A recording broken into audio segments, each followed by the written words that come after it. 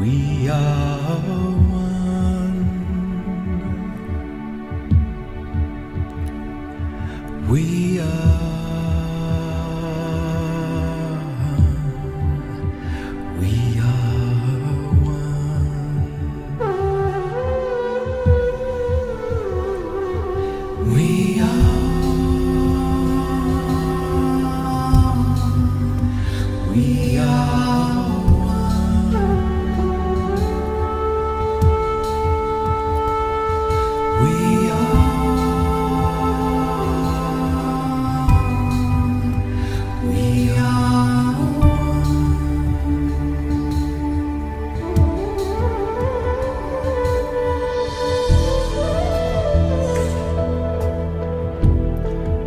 And we are love.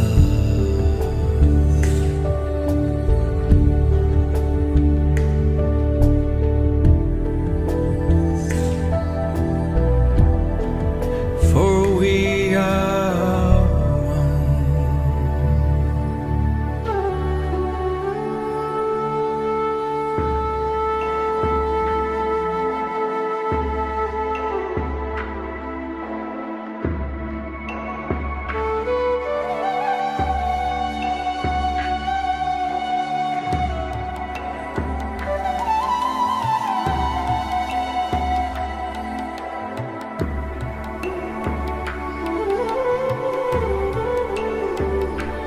We are,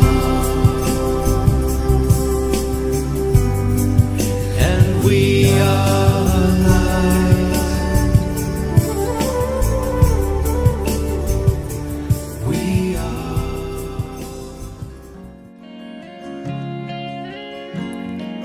You love me so much more than I could ever know. Your love is deeper than this world will ever show.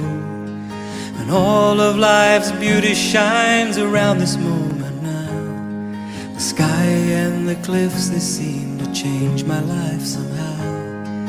And I will never be the same. Will never be the same. Whoa, whoa, whoa. I will never be the same. Never be the same. Ever again. Here I am waiting, Lord, my life is just for you. Please unfold all the plans that you would have me do. And if all the world's just a breath and nothing's here to stay, then all of the love we feel will save us anyway.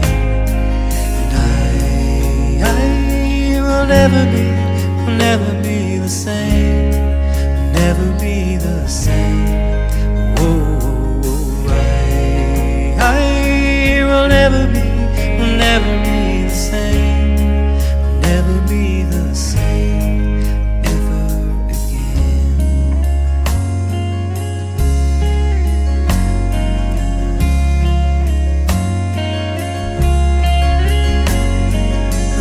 Da, da, da, da, da.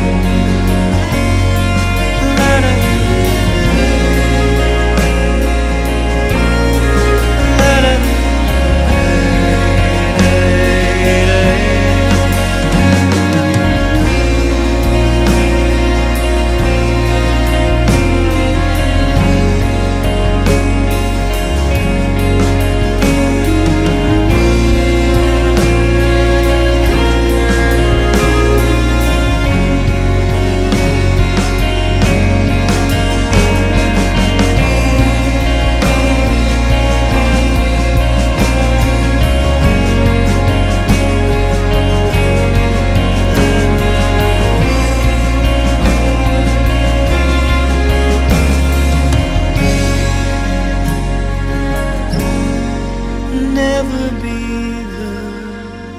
the same.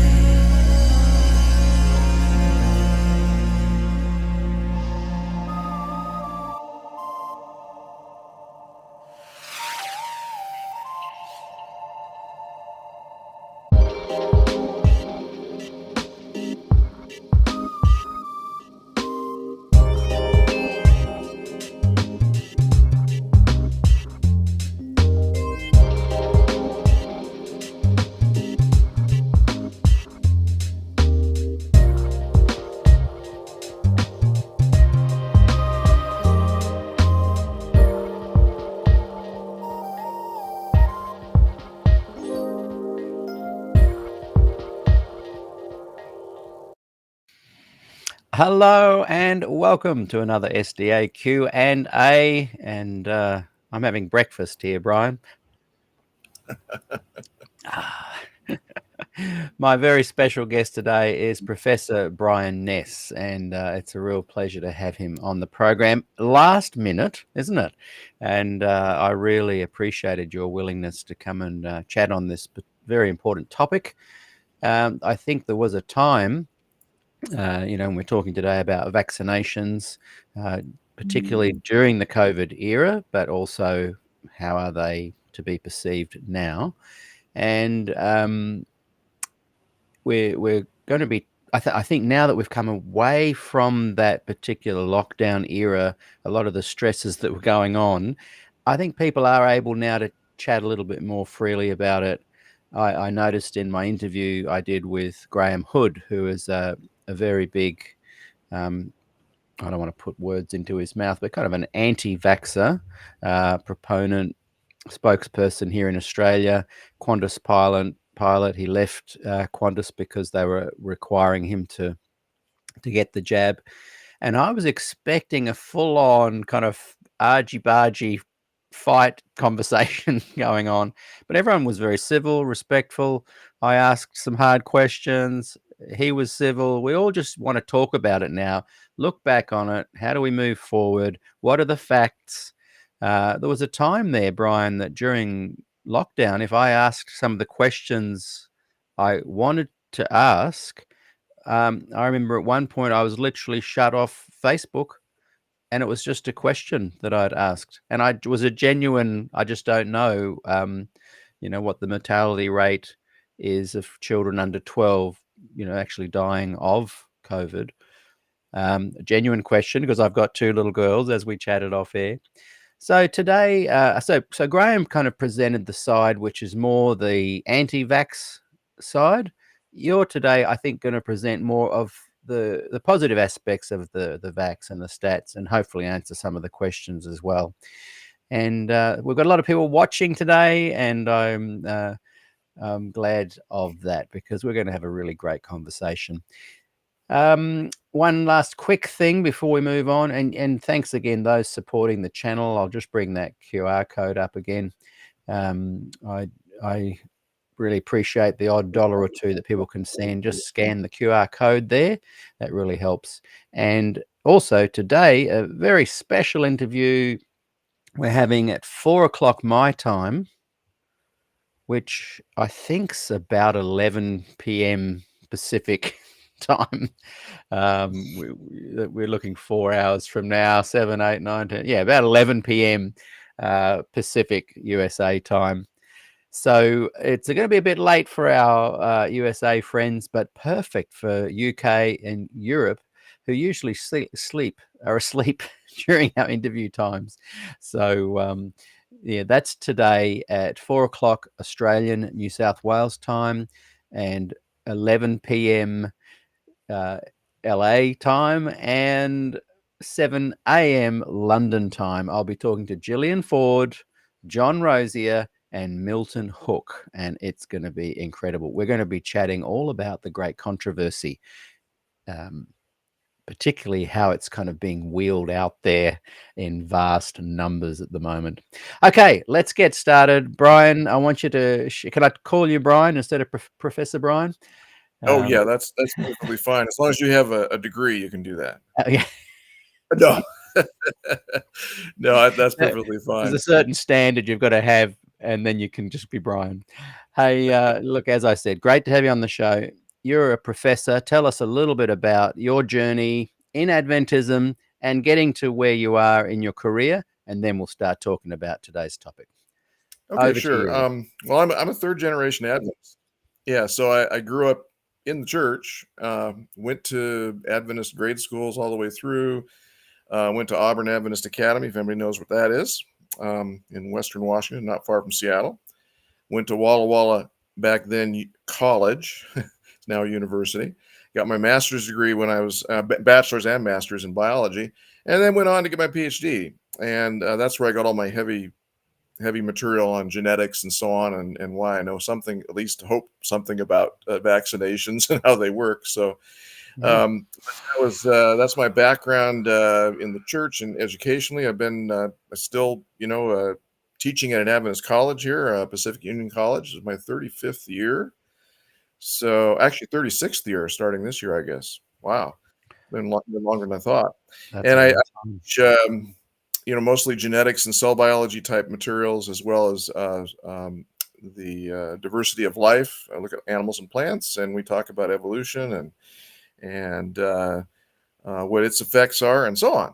And so that kind of sums it up, I think. Yeah, that's great information there. I might get you just to turn your volume down of your Oh, listening okay. end there. It's just feeding back a tiny bit. And I Yeah, love that. I love that when you express your credentials and share them there, it does validate your position to be able to have an opinion on this. And I think that's important as well. So, look, for those who watch this in 20 years' time and go, what are they talking about again? We're referring to the virus COVID-19 that hit the world in late 2019. We became pretty well aware of it early 2020, and it took the world by storm for a couple of years, and there were lockdowns and all sorts of things going on. And towards the end of 21, am I right? They kind of came up with a vaccine around that time, I think, and there became a lot of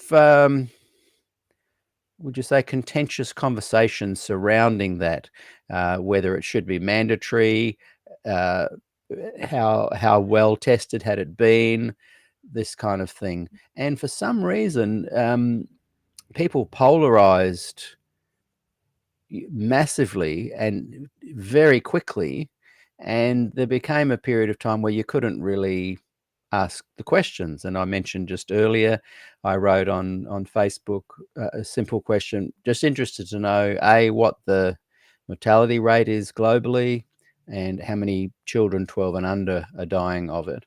And a big warning came up almost immediately saying about misinformation I was giving about COVID facts or something, and my the post was deleted. So or said the content was unavailable, something like that. And I literally was just wanting to know because I've got two children. So can you share a little bit more in depth what was going on during that time? Where did this virus begin? And what was the process that led to this polarization?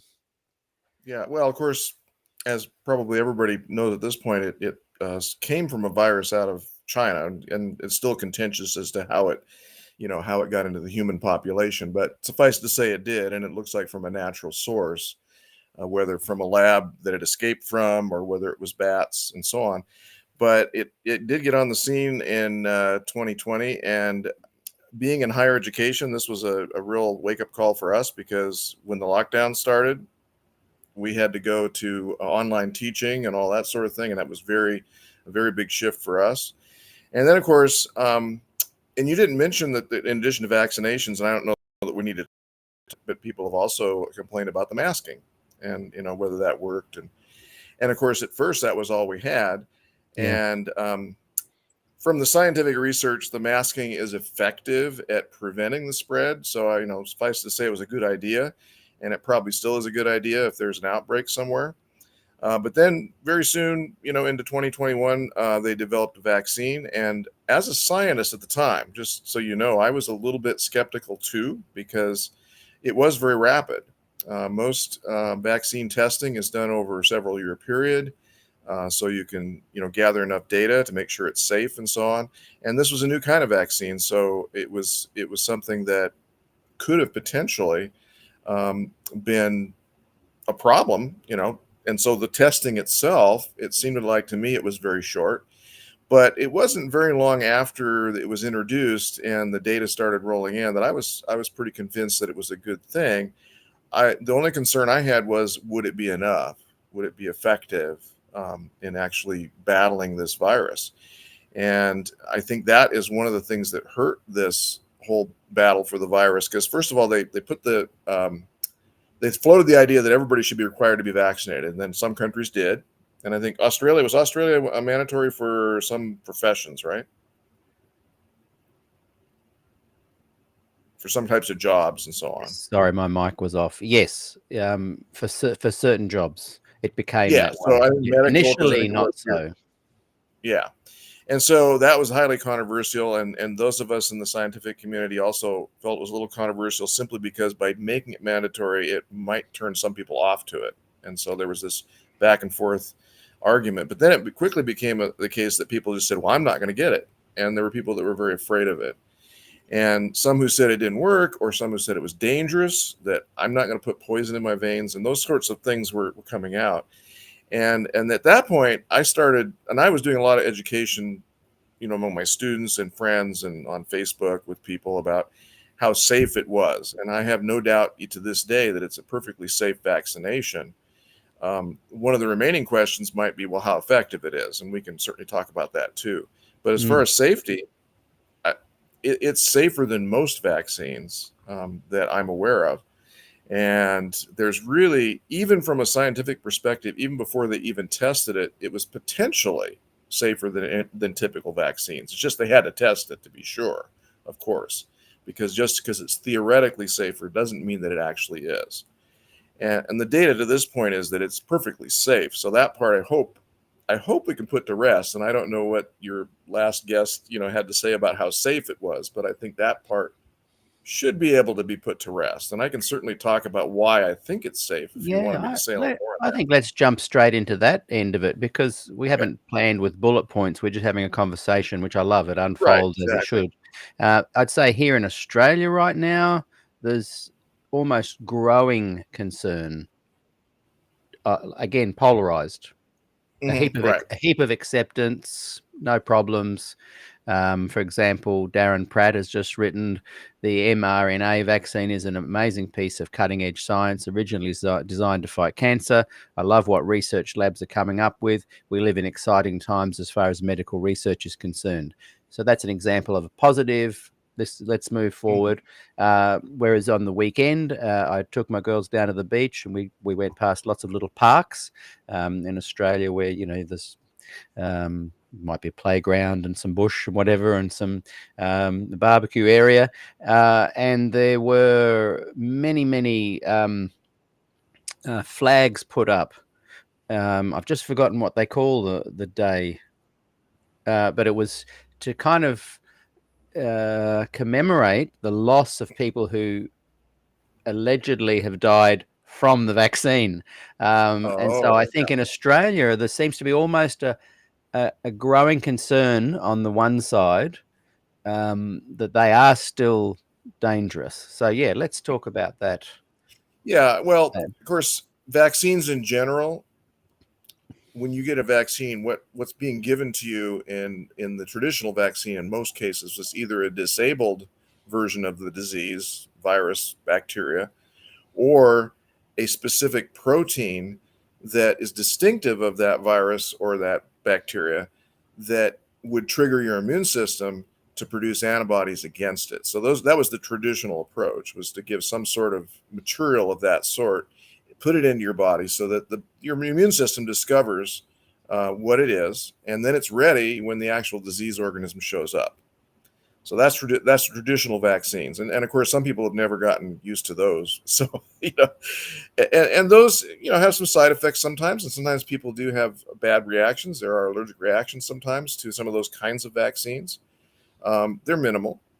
Now, what was unique about the COVID vaccine is that instead of introducing either a disabled organism or a protein, they introduced a thing which a lot of people didn't know what it was at first, called an mRNA.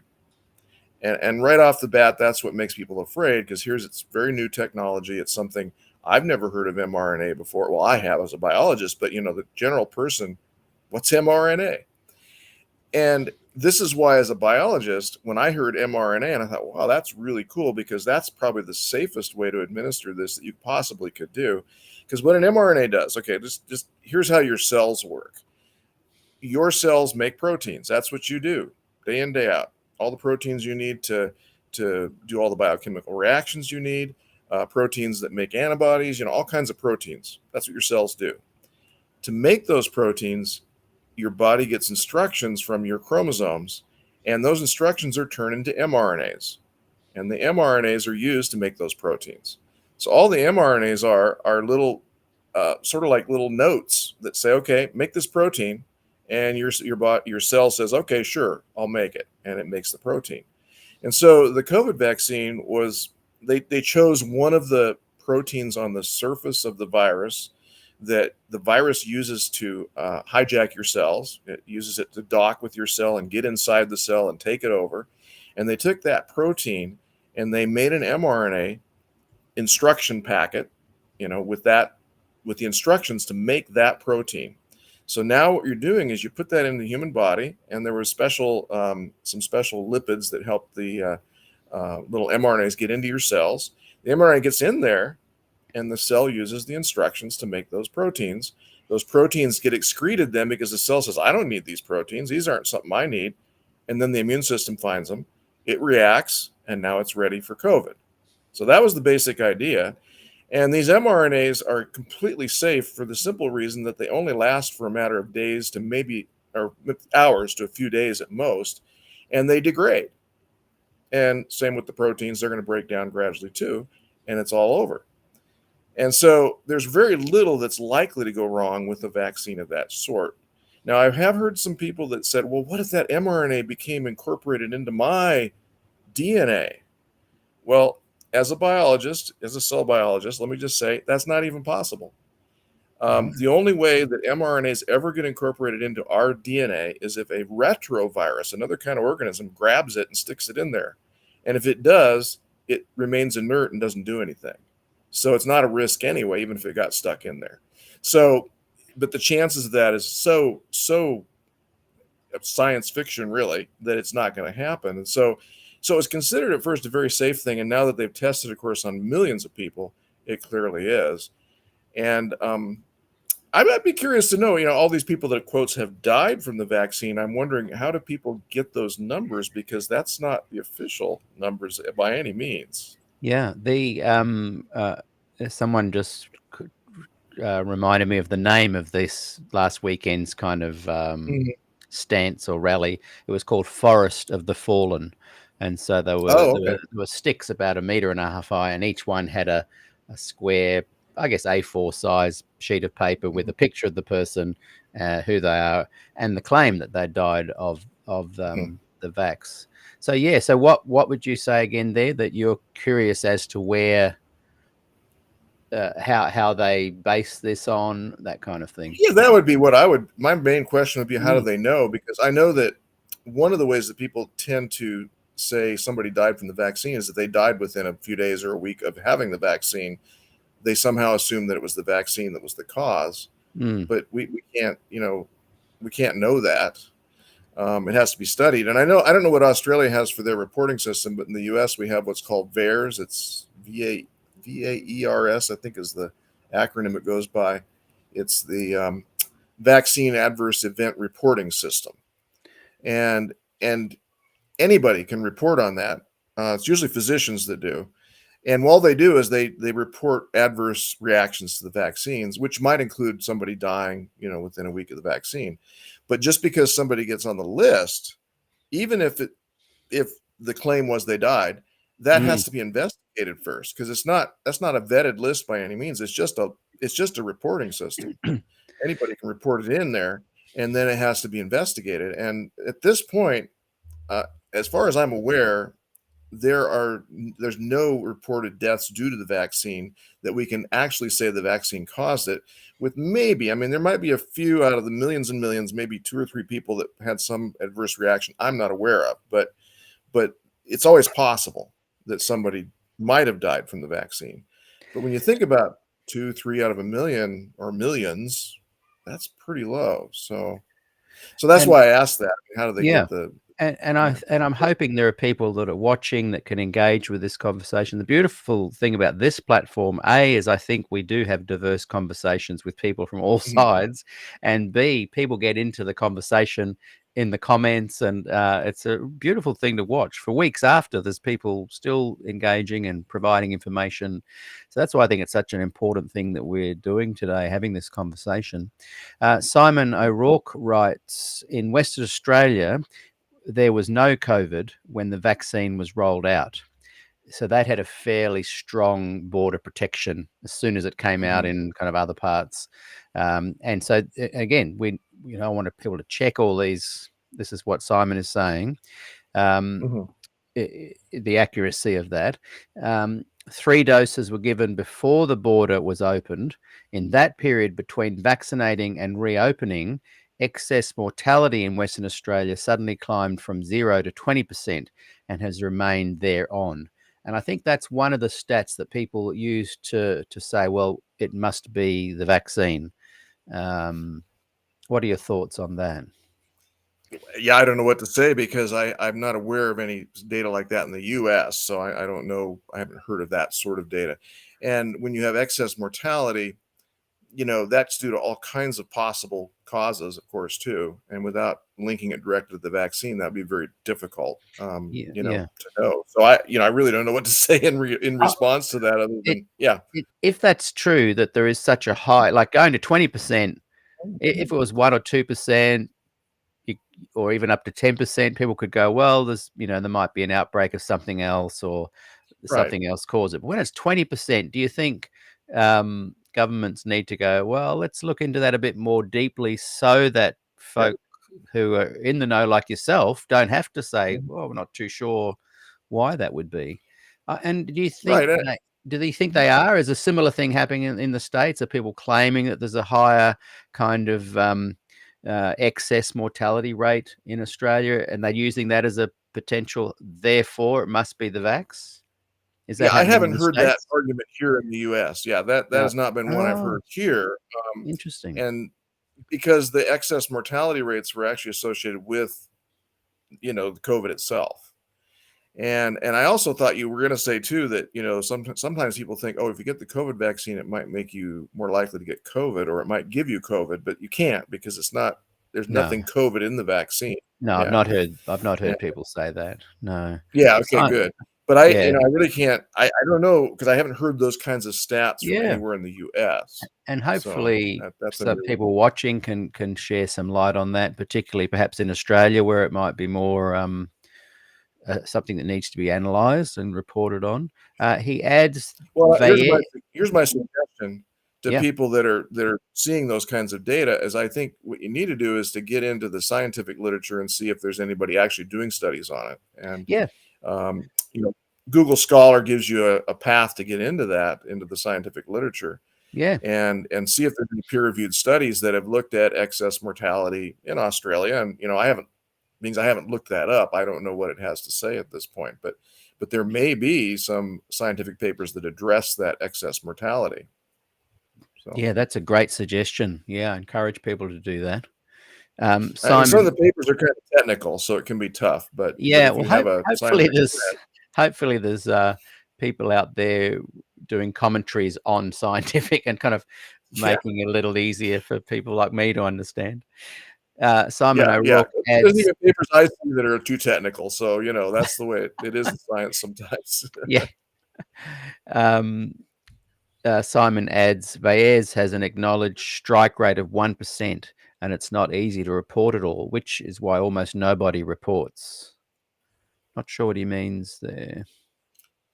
Yeah, I'm not sure either. I know that is the official way to report, and there may be people that feel it doesn't work. I haven't heard that it's a problem. What I've heard of this problem is that there are lots of reports that when they're investigated, it turns out that the adverse event was due to other causes, which is not a problem. I think that means we need to investigate. So that's part of what's important about that adverse reporting. But I think people are disappointed that so many of the reports turn out to not necessarily be related to the vaccine. And that may be why people have criticized it, possibly. Yeah. Okay. Yeah. I'm trying to keep things in real time as people are asking questions. So if duck back to anything if you think we haven't covered it properly, Yeah, but and I we'll haven't. go. I'm not watching the No, notes. I hope it's you watch. best not to. I'll keep an eye on that and bring them on as needed. Yeah. Dale Hutchings, how you going, Dale? Thanks for watching. Has asked if the vaccine is safe, then why give vaccine companies immunity from people who are injured by the vaccine? Well, I could give you a very long answer on that, but I can give you. Well, let me just give one example. There were going back to the measles vaccine, the whole thing where they thought it caused autism and all that. Science has never found a connection with autism at all.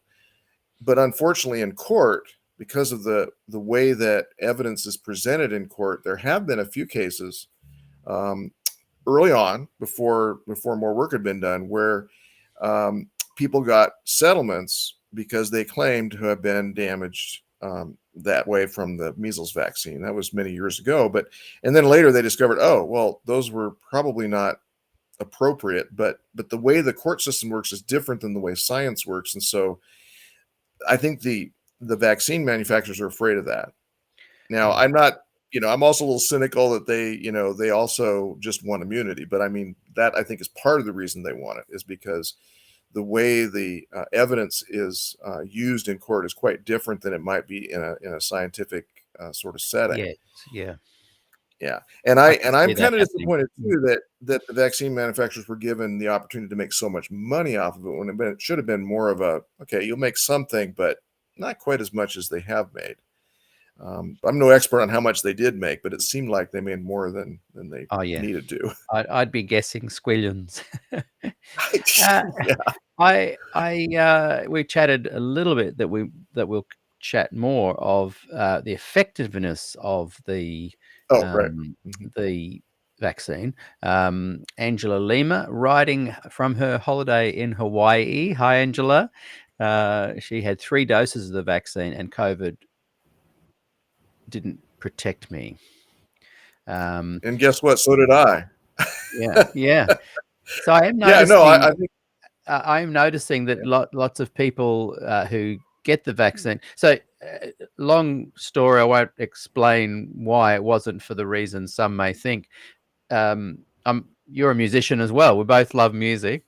I was full-time music. COVID comes along, lockdown. So I just started working from home. I didn't get the vax. I was able to order food here. My wife works from home. My kids were home. We just had our own little kind of our own little cottage industry going here. We could order in food, and so my wife is a respiratory scientist, and so she was working with people with lung issues, and was invited to be in a team that would be kind of cutting edge on the front lines of the whole COVID thing. She chose not to because there were kind of issues where she would had to be 2 weeks on and then 2 weeks away, and she'd have to quarantine from us for a week when she was home. And so she decided not to. But leading up to that, she did get the vax. She did have a very big reaction to the vax with a heart kind of thing. I'm not sure if you've heard about. We nearly, we were on the phone to the ambulance, and they said, look, they spoke to her. They said, can we just hold it for 20 minutes? If it hasn't subsided, definitely bring her in. We'll come down and get her.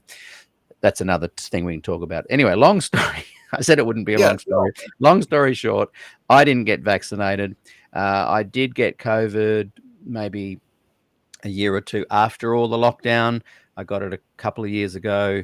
It was fairly mild, as far as I would say, compared to other flus and viruses. By then, it may have been watered down, of course. Some have said to me, well, the vaccine meant that I had a lower kind of reaction to it. It doesn't Mhm. stop us getting COVID, but it means we have less of a reaction. But for me, the anecdotal response to that as well, I wasn't vaxxed. I did get COVID. It was a fairly light experience. Mhm. What are your Mhm. thoughts on that? And sorry for the big explanation leading to it. Yeah. No problem. Because here's the deal: is it's all population statistics here at this point. I mean, in other words, if you're not vaccinated, you are. I've seen numbers 4 to 5 times as likely to have a more serious case of COVID, for example. Now, without being vaccinated, you might have a mild case too. I mean, like you did. So the Mm, point being that yeah, you could or couldn't, and so on. But how do you stack the odds in your favor? Is what yeah. you're really looking at. Okay. And I just actually thought before today just to make sure I knew some of the latest numbers. I got a quote here that I came across. This is about hospitalizations, and this is from this year. It's from the early part of this year, and it's from studies from last year, so 2023. Yeah. A CDC evaluation in 24 hospitals indicates that partial vaccination against COVID 19 was 64% effective against COVID 19 hospitalization among adults age 65 and older, and 94% effective in completely vaccinated adults age 65 and older. And that's just one little piece of statistics. But if I can make Mm, sure that I don't get in the hospital, for example, and get really sick with this, I figure I'm going for it. And I'm still out there planning to get any vaccine they give me. If it's available, I'm going to get it because it's worked for yeah. me so far. Yeah. Well, I remember looking at the hospitalization stats here, Hmm. maybe uh, just coming out of lockdown. Again, it was another one of those questions I wanted to ask, but felt by then too scared to ask. Um, and and so I'm just using my memory now. Don't quote me. Recheck the facts on this, but the odds were very very low of getting hospitalized. I think it was, Hmm.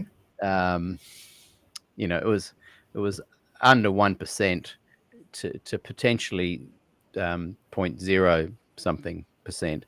And they said that you were 11 more times likely to go to hospital if you hadn't been vaccinated. Now, but to me, 11 times of 0.017% or whatever is still very, very low anyway.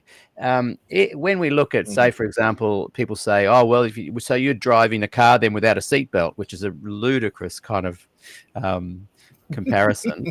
If you drive in a car without a seatbelt, you're 50% chance of dying if you have an accident. When they had whooping cough, I think it was something like 10, no vaccine, 10% chance of dying. So there must be a point where you go, say the normal flu. What is that? How many people die of the normal flu every year? Is that around the under 1.0 something percent? At Yeah. what point No, do we? it's lower than, yeah. Yeah. Mhm. So at what point do we go? This is a flu. Let's be careful. Let's be serious about it. But it's not 10%. Like, what percentage do we start escalating from? Yes, all of us agree. Whooping cough, not all of us, but a larger proportion of the tribe, of the herd, is going to go, yeah, we 10% of our kids dying. We don't want that. Let's all get vaccinated. At what percentage Mhm. point do you reckon does that kick in? And I think a lot of people that I've spoken to feel like it under 1.0 something percent chance of being hospitalized, let alone die from it, is a yeah, terrible if someone dies, but as a herd, is it worth getting that stressed and upset about it? Yeah. Well, actually, the hospitalization numbers were a bit higher than that, but they're not astronomical. Um, but you have a point, and that was, I think, one of the arguments about should we require it of everybody, Yeah, because that would require maybe a, a high enough risk that we really need to tell everybody just get vaccinated. And I think that was one of the discussions scientists were having too. And I don't think all scientists agreed that everybody should have been vaccinated. I mean, forced to be, in other words. Yeah. Yeah, on an individual basis, if I know the numbers, I mean, I'm going to get vaccinated. I know the numbers, and I know that for me, that's adequate for me because the risk from a vaccination is so infinitesimally small that I'm going to have a serious adverse reaction, certainly not death. That's why I would do vaccination. I'm a little disappointed that vaccination didn't make us more resistant. I mean, that's very disappointing. Yeah, that's another question I had. Yeah, and that's the problem, is that this virus, a coronavirus, is related to a lot of other viruses that are cold-like viruses, and we've long known that these kind of viruses, the immune system doesn't protect us against them for very long. They seem to tweak their little protein, coats on them just enough that they interact with our cells just a little bit differently, and our immune system says, I don't recognize it. And so, you get it one year and then next year you get it again. And so that's the disappointing part. And I mean, very early on when they were trying to develop the vaccine, my prediction was that we may not be able to make a very effective vaccine. Doesn't mean it won't be useful. I think it's been useful, but not as effective as, say, everybody gets it, we don't get sick. That would have been cool.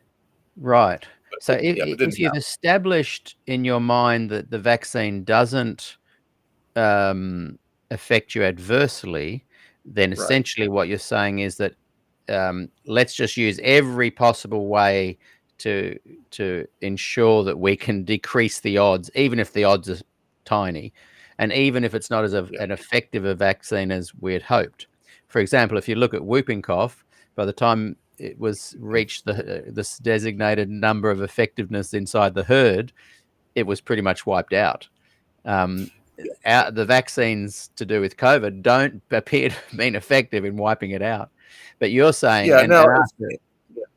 and Arthur Klim agrees. He says, I'll do everything I can to improve my odds or to lessen the severity of symptoms. I'll take the vax. Yeah. Yeah, well, and you've heard the term herd immunity before. I think everybody's heard that. Yeah. Herd.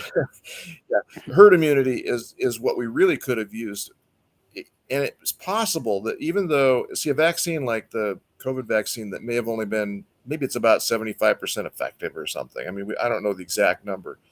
But if enough people had been vaccinated, and this is one of the arguments for getting everybody the vaccine, if everybody had been vaccinated, we actually might have reached herd immunity, which would be the point at which it's clamped down so far that even though, some people could get it, there's not enough places to get it from. Could you also say the reverse of that by saying if nobody had got the vaccination and we'd all kind of reached a herd peak of receiving the virus, because it's going to be a low chance of dying, that we could have reached herd what did you say, herd immunity as well? Well, sure, but see, that's a different route there, because in order to get immunity, you have to go through the disease, and a certain percentage of people die. And in the early days of the COVID of the COVID pandemic, people were dying at around the rate of about 1.5%. That's pretty high. And if you're older, if you're 65 plus, it was even higher than that. So the initial mortality rates were those are just scary. They're higher than, they're about three times the rate of flu, for example. Yeah. And we would already you say know that were they up to about 1% chance? it was over that at first. For people over 65, it was well above 1%. But it came down later, and I don't know what it is currently. And here's the deal: is that sure, a lot of people can still survive it even now, or they could have then, with a lot of hospital care, expensive hospital care. More people would survive, of course, than in a day we didn't have hospital care. But look at the expenses involved. So keeping people out of the hospital is worth it also economically, I think, in terms of the vaccine. And so I think what I'm really seeing kind of emerge from this conversation is the importance of seeing the vaccine as being safe. Because once you remove any fear of the vaccine being safe or not, you can then, in my humble opinion, approach the other questions with a little bit more clarity, and you can look at the stats more effectively that way. So perhaps one of the things we should look at today is really convincing or trying to demonstrate the safety of the vax. I'll Mhm. just quickly bring up Mimi West has written, does Bryan think the shot should be mandated by the government? Yeah, at this point, I'm not sure it would be a good idea, just for a variety of reasons. Because I'm not even sure at this point that herd immunity is attainable.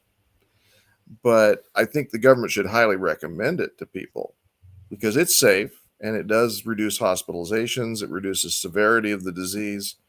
All good things that I think not only public health wise, but even economic wise makes sense. So.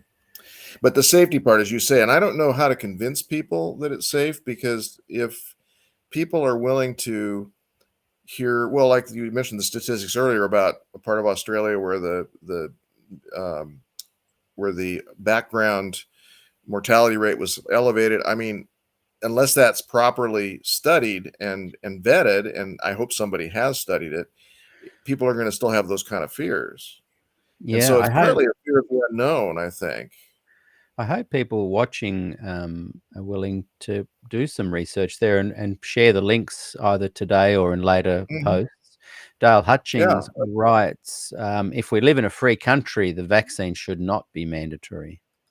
Yeah, as I say, I don't think at this point it makes a lot of sense to make it mandatory. I was very willing to say, yeah, maybe we shouldn't at this point. Mm, And I don't think it would ever have been mandatory for everybody anyway. And even I don't know if Australia's ever done that with any vaccine. The US has not. We've made it mandatory for kids who attend school. So, but a person who decides not to send their kids to school didn't have to have their kids vaccinated, for example, for yeah, measles, like, as an example. I mean, yeah, yeah. They don't. It's not mandatory, but they certainly have some punishments yeah, if they don't. There's funding. strong. We Yeah, say the stick incentives. yeah, yeah, yeah, yeah. We'll take the carrots away.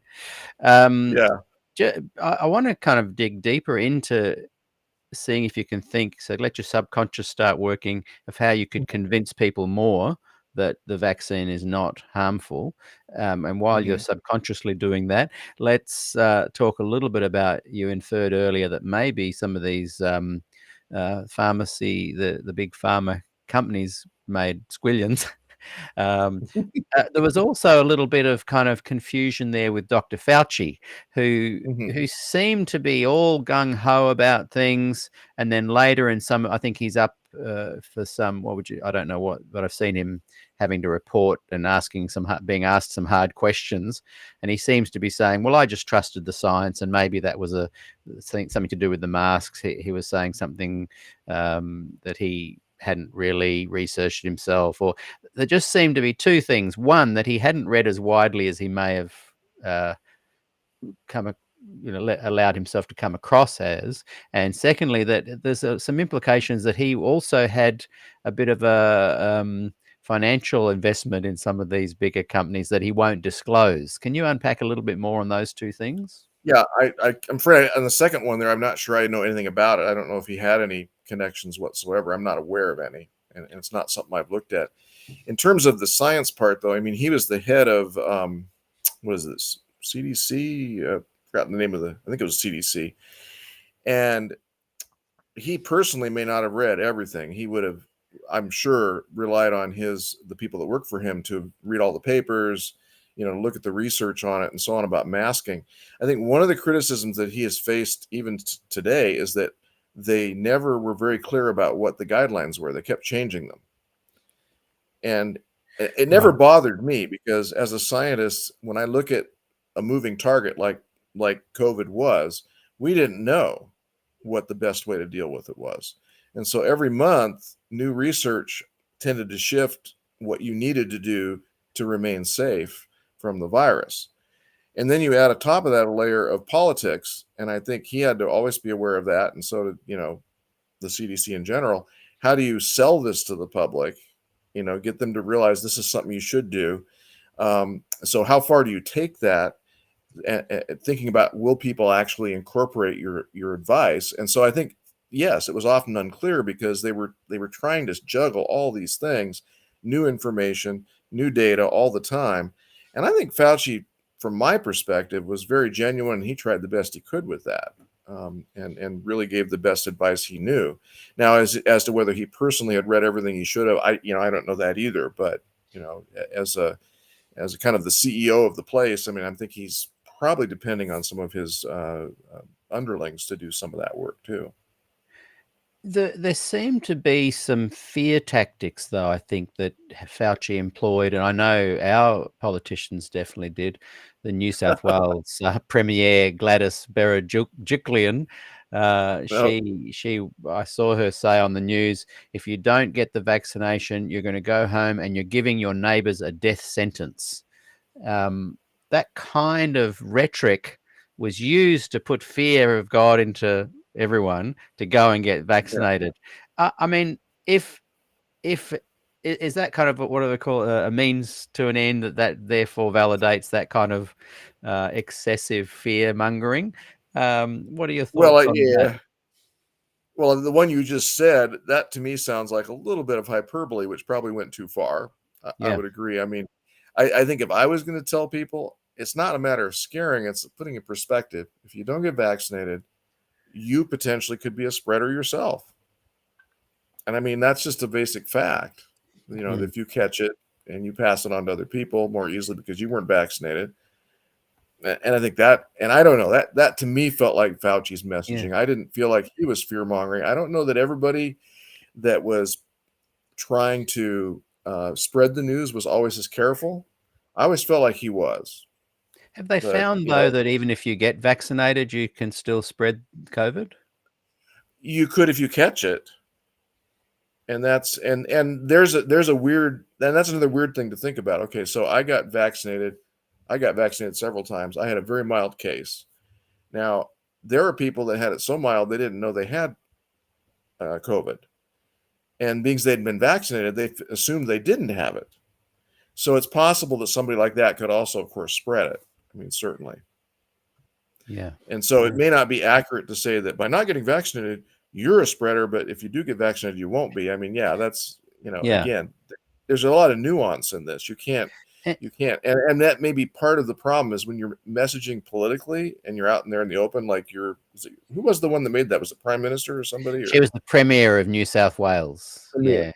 Okay, Yeah. Premier. So I mean, when you're in that position, each of our states had yeah, the premiers were the ones kind of commissioned with the job of really hitting home the importance of getting vaccinated. yeah, and they're doing sound bites, and I don't know. I'm glad I'm not doing that, but Yeah. Yeah. I agree. I think that was probably too far in that case to make that kind of a statement. Yeah. And again, I think we're coming back to this notion that if people can be convinced that the vax isn't harmful, that all of those nuances fall into place in a lot calmer kind of way, and perhaps don't need the that hyperbole that you speak of. We'll bring Well, and here's in. the deal, to make it sound safer. I don't know if, I mean, part of the problem is that if I use the word mRNA, people don't know what it is, and is not knowing what it is and not really understanding how it works. Is that part of what causes fear? And maybe it is. Yeah, so isn't that interesting that the not knowing gives fear, and then the knowing can bring fear, and so the people in the middle that are kind of administrating the promotion of the need for the vax can go either way. They can be Yeah, they can go yeah, in the path of not giving enough information, and then they go in the path of giving a little bit excessive kind of yeah. So opinion on it. it's tough. I don't know. I keep on thinking of how could I help people realize that just getting jabbed with a vaccine is so safe. I mean, it's safer than most things you do in life. It's Um, funny when time went by and the lockdown ended, and people were encouraging to still get the vax. I don't know if mhm. it's a musician thing, and maybe you can attest to this as well. But as soon as someone said I had to do it, my hackles went up. What? You're saying I have to do it? I'm not going to do it now. So I think I went from being in a situation where I didn't get it just because of my situation, to where I could have got it. I decided not to get it because you were telling me I had to have it. Uh, had you I had don't you think it's faced just that? musicians. I think we basic human Yeah, we know we were told what to do. Yeah. And that was one of the problems of having mandate. And I think we all knew that even if it's as safe as it can be, when you put a mandate in, you got that part that says, oh, you're telling me I have to? No, I'm going to make my decision. It's my decision, not yours. Exactly. Yeah. Yeah. And that's the danger of doing the mandates. But it's such a tightrope. How do you go and not mandate it, but get as many people vaccinated as you can? You see that? Yeah. And that's where I think the discussions, the civil discussions, are super important, because that way we get to, like I loved my interview with Graham Hood, and I'm loving this interview with you, and you both have very different perspectives on this. But because in both situations we're having a civil conversation, learning, I find it beneficial. I find that was a missing ingredient during the lockdown. Yeah, and I when I see news sites that do the shouting about this, I turn them off. I can't deal with that. Yeah. We've got to talk civilly. Yeah, exactly. We went to Ireland between the two lockdowns. My wife's Irish, and we took the kids over there for a 3-week holiday. And the second lockdown kind of hit as we landed, and we got Oh stuck my. there for 4.5 months.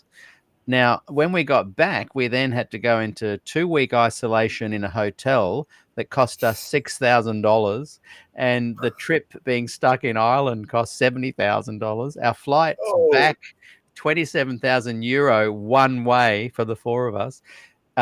So there was definitely a financial component there that was annoying me. But during when we were back in Sydney in isolation, every day we had to have, the people would come in with masks and fully white gear, and come in, and they would do blood pressure tests and all sorts, just little nose swabs and this sort of thing.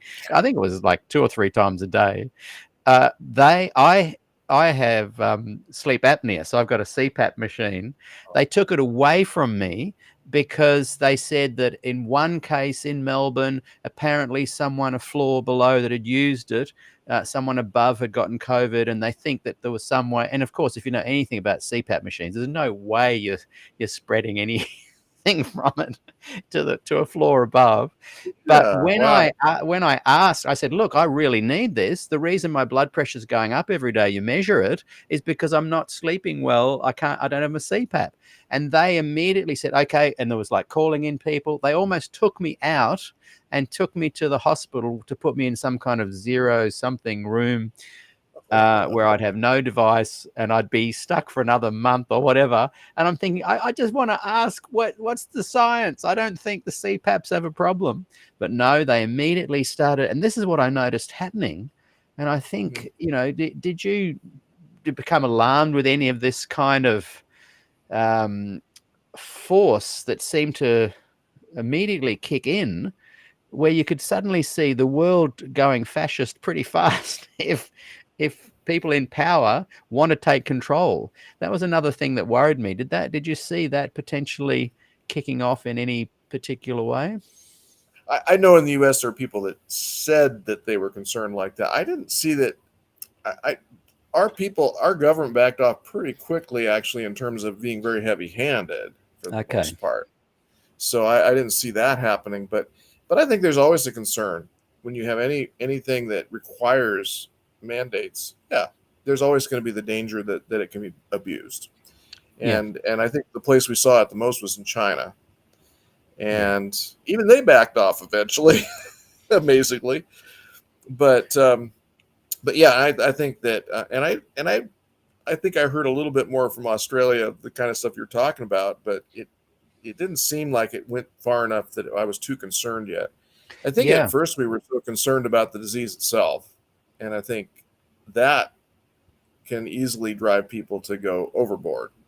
Yeah. I hadn't heard about CPAP. That's weird. I just, wow. They just took it away from me. Yeah. And then I wouldn't have done it. Thank you. And then, I think I've heard that Victoria particularly, and we weren't in Victoria, but I've heard Australia was pretty heavy-handed, and Victoria particularly gave its people a hard time. Yeah.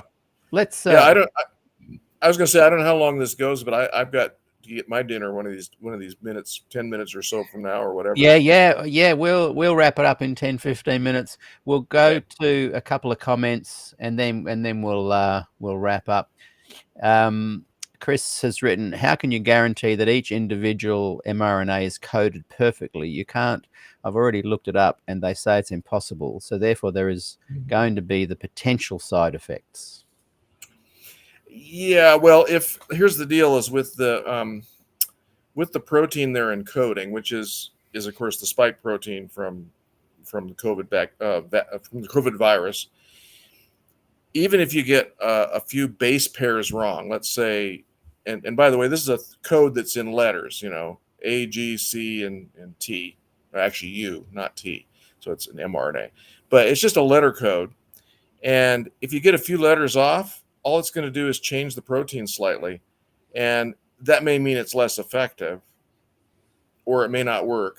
But the chances of it causing a problem is almost, impossible. So I don't think that's something we should be concerned about.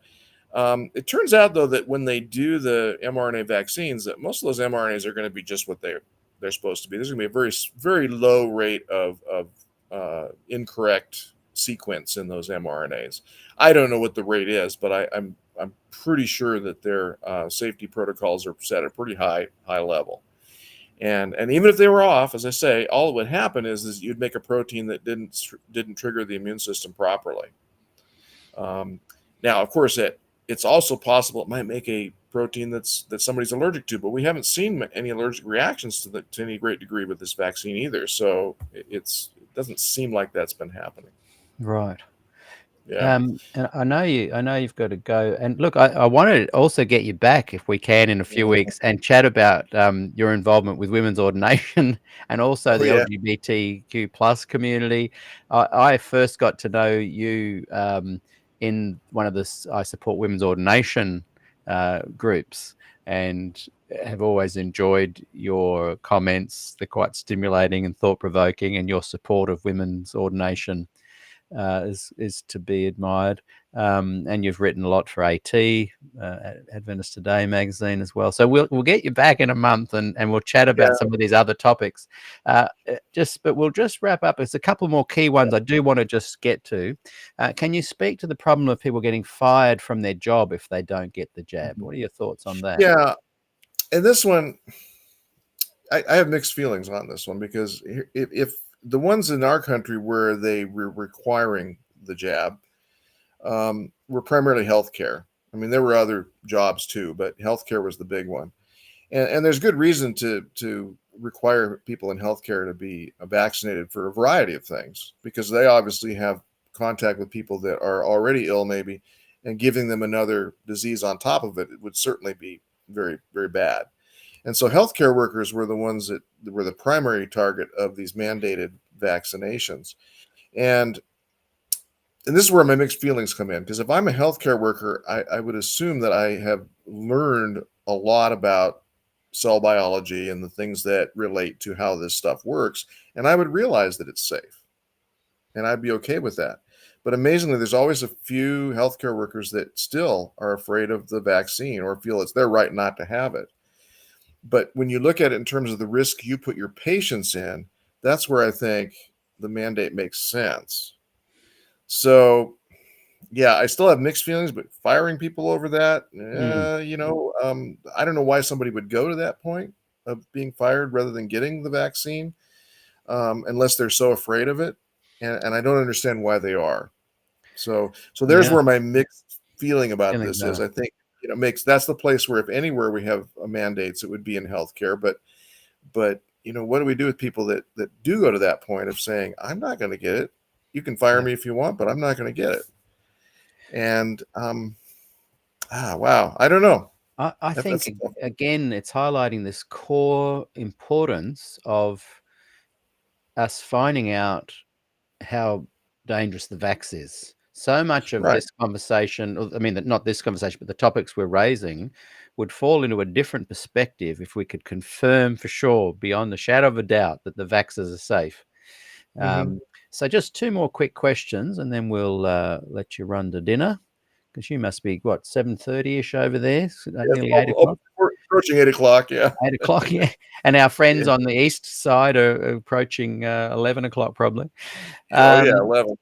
Simon O'Rourke has written, Portugal has the highest vaccine rate in the West and also has the highest excess mortality. Correlation isn't always causation, but it can be. Dismissing these correlations is tantamount to a crime. And I think that's where we're kind of saying, you're probably agreeing, and you're just saying, well, let's look at that data.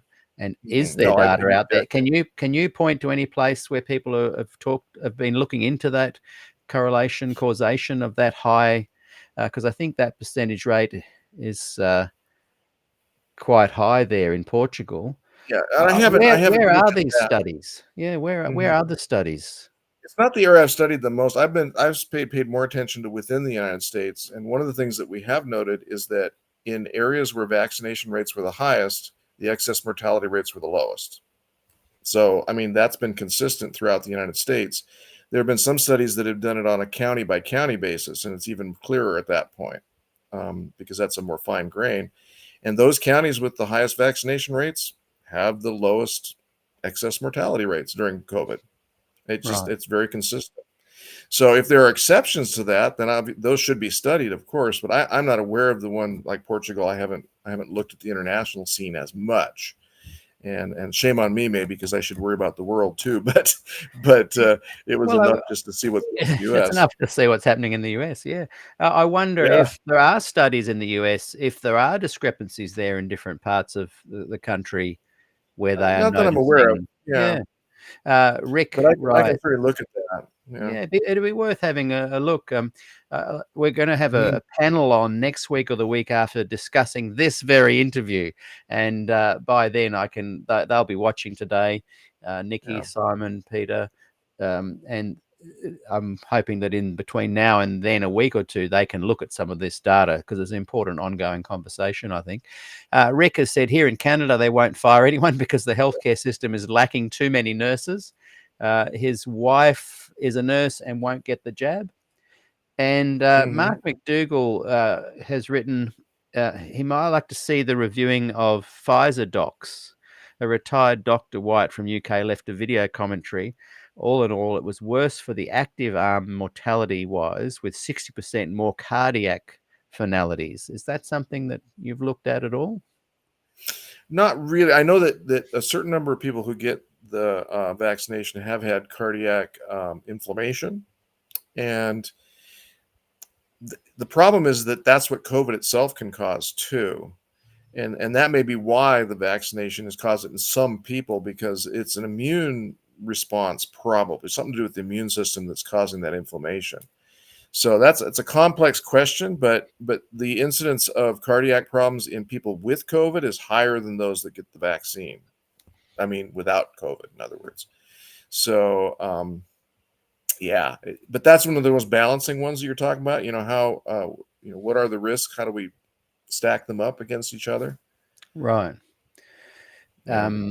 Just to quickly bring up, Dale, for those who may like some more research, Dr. Campbell in England is constantly talking about excess mortality.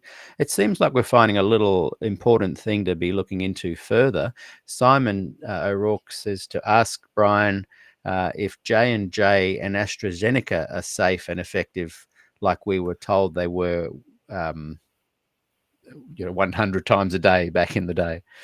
Yeah, and I haven't looked at those as carefully. I was much more interested in the mRNA vaccine because it was so cutting edge. And let's put it this way: it's probably the wave of the future for all kinds of future vaccines.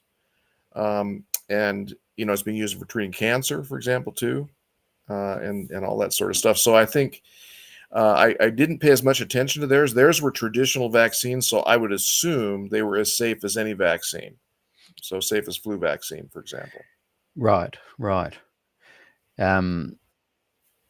Look, there's so many amazing conversations happening, but I think we'll leave it there because I'm excited that we've really kicked off a conversation where I think we're finding something that we can look into more. This excess mortality rate.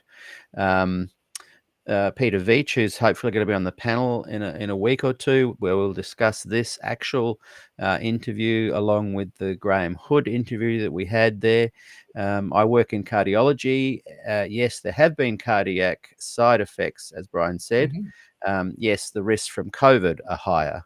So that's another thing to and that's well. but again, you can get COVID after the vaccine, but it's a less serious case of it. So that's why it's hard. I mean, I think people do have a hard time knowing what to do with the overall all the different possible risks, and that may Yeah. be part of what's driving people to be afraid of the vaccine too. Yeah, which I think then continues to polarize the conversation. Chris has written Sweden didn't lock down at all, I think, or minimal, and their death rate was not any higher than places that did lock down. So there's another thing. But I think and there were some anomalies of that sort during COVID. There were some countries that were better, some were worse, not locking down. So it was, and I don't remember how those statistics panned out over time, but that was very interesting. Yeah. So the challenge viewers, Peter Veach, Simon Houston, Nikki Carlton, Russell Schultz, people that I'm hoping will be on the panel in a week or two, and those who are watching, I really appreciated Tony and Raywin Morgan. Who else here has been commenting a lot? Darren Pratt, Mark McDougall, Simon O'Rourke. Let's challenge everyone to go and research a little bit more on this excess mortality rate, and let's see if we can find some interest in that. Bryan, we'll get you back again. Try to find it in the peer-reviewed literature. It'd be nice to see what. Yes. A couple of the people I've mentioned there are very good at pursuing the peer-reviewed content and the actual facts and stats. So I think we're going to have a great conversation. You might want to watch the conversation that we talk about your interview with me, Bryan, in a couple of weeks. And as I said, look, we'll get you back and talk about women's ordination, LGBT. I'm really interested in some of the research you've been looking into about the genetics to do with, I think, a lot of the male-female discussion. I don't know if that's something that's too much of a hot potato or not, but that's definitely something I'd love to get you back and talk about. So yes, everyone go and do a bit of research. Thanks again for those who support the channel. I put at least 10 hours a week into SDAQ&A. I love every second. I do it for free.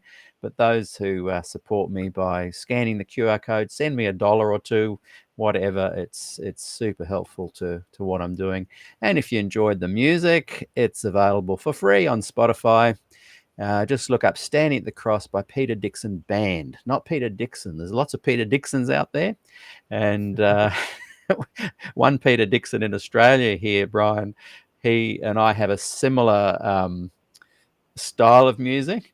And he often says, and I have the same. People email him and say, "Hey, I loved your new album, Standing at the Cross," and I write to him and say, "Yeah, I get a lot of messages saying, people." So we're kind of helping each other sell each other's albums.